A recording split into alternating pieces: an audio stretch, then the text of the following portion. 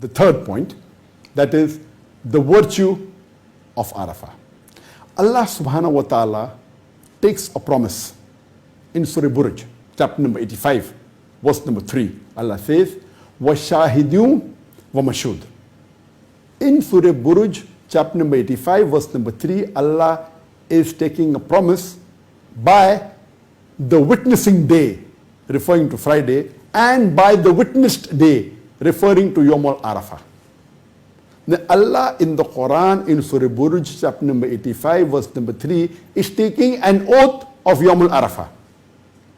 It's mentioned in Jami' Tirmidhi, volume number 6, hadith number 3339, that the beloved Prophet ﷺ said that Yawm al-Mashhud, that is the witnessed day or the attended day, is Yawm al-Arafah. That is the 9th day of the Hijjah. And Ash-Shahud is the witnessing day, it refers to Friday. It's mentioned in Musnad Ahmad, volume number 2, hadith number 2455, that Prophet Muhammad, peace be upon him, said that Allah subhanahu wa ta'ala took a covenant from the loins of Adam on the day of Arafah, in Arafah.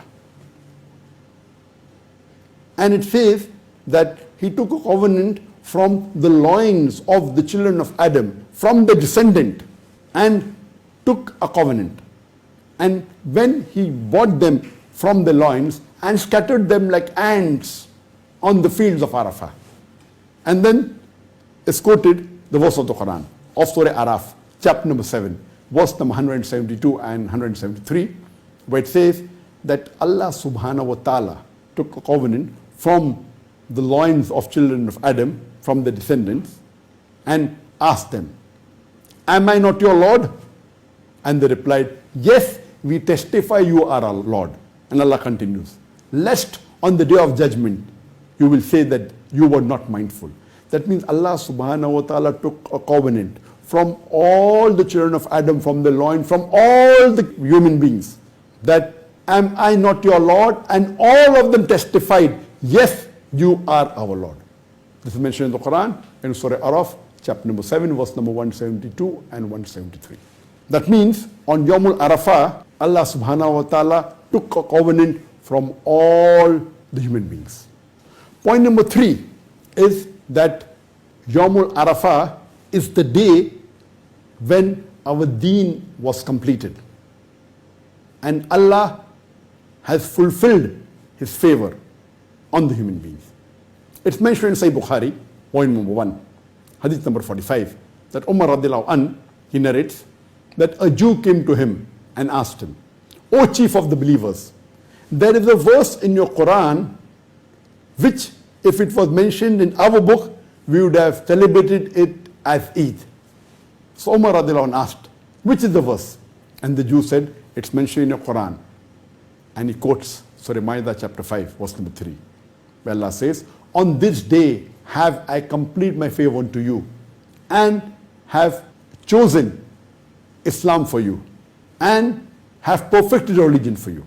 It's mentioned in Surah Ma'idah chapter 5, verse number 3, where Allah says, I have perfected your religion for you and have completed my favor on you and have chosen for Islam. Umar radiallahu anh replies, we know this verse. It was revealed on a Friday on the day of Arafah. That means it was the day of Arafah when Allah subhanahu wa ta'ala, He perfected the religion of Islam and completed His favor on the human beings and has chosen Islam for us. This is the third virtue of Arafah. The fourth virtue of Arafah is that Arafah is also a day of Eid. And it's mentioned in Sunan Abu Dawud, volume number 3, hadith number 2419, that the Prophet said, the Yawm al-Arafah, that's the 9th of Dhul Hajj, Yawm al-Nahar, that is Eid al-Adha, the 10th of Dhul Hajj, and the Yawm al-Tashriq, that are the 3 days following Eid, the 11th, 12th, and 13th of Dhul Hajj. These are the days of Eid. These are the days of celebration. These are the days of eating and drinking. So Yawm al-Arafah, for the people of Arafah, in Arafah, it's an Eid day for them.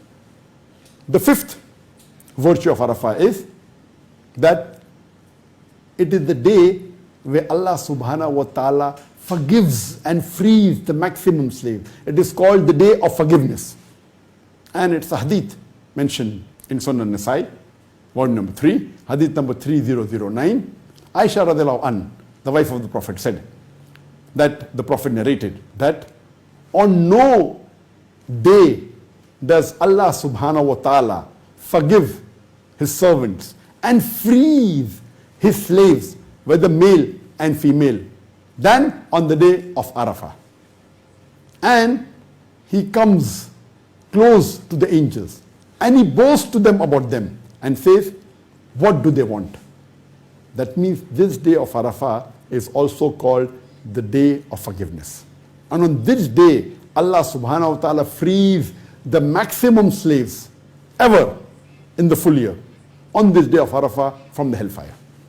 The sixth virtue of Arafah is that in Jannatul Ferdaous, volume number 3, hadith number 3585, where it said that on this day of Arafah, it is the day of supplication.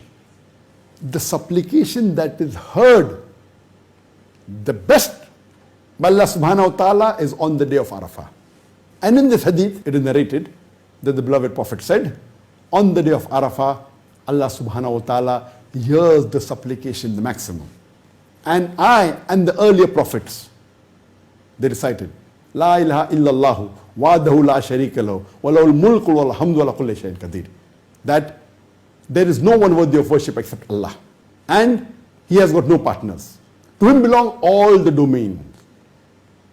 And all praise are due to him alone, and he has power over all things. This is the best dua that anyone can do on Yawm al-Arafah. That was recommended by the Prophet. It is called the day of supplication.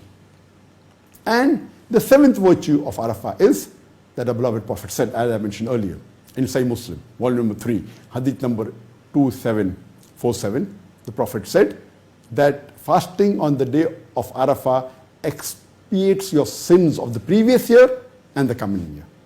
And the same information is repeated in Ibn Majah, volume number 2, hadith number 1730, where the Prophet said that anyone who fasts on Yawm al-Arafah, his sins of the previous year and the next year is expiated. So these were the 7 virtues of Yawm al-Arafah, the day of Arafah.